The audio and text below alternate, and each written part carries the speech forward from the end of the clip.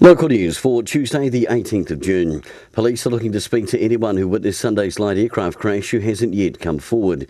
The crash occurred about 11:15am near Hughes Line, it's south of Masterton. Police have been assisting the Civil Aviation Authority and the Transport Accident Investigation Commission in investigating the circumstances surrounding the crash. The body of the second pilot was removed from the scene at around 2pm yesterday.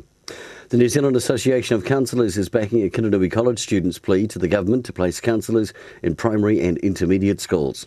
Sinead Latimer's petition is ongoing, with Sinead suffering from depression for 3 years due to bullying, and it wasn't until she moved to Kinanui College where she finally received a counsellor.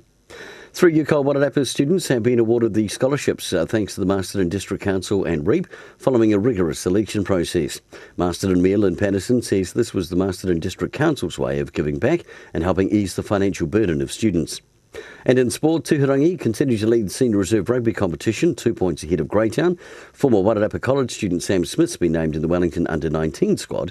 And in hockey, the Dalefield women had a 2-0 win at the weekend over Northern United.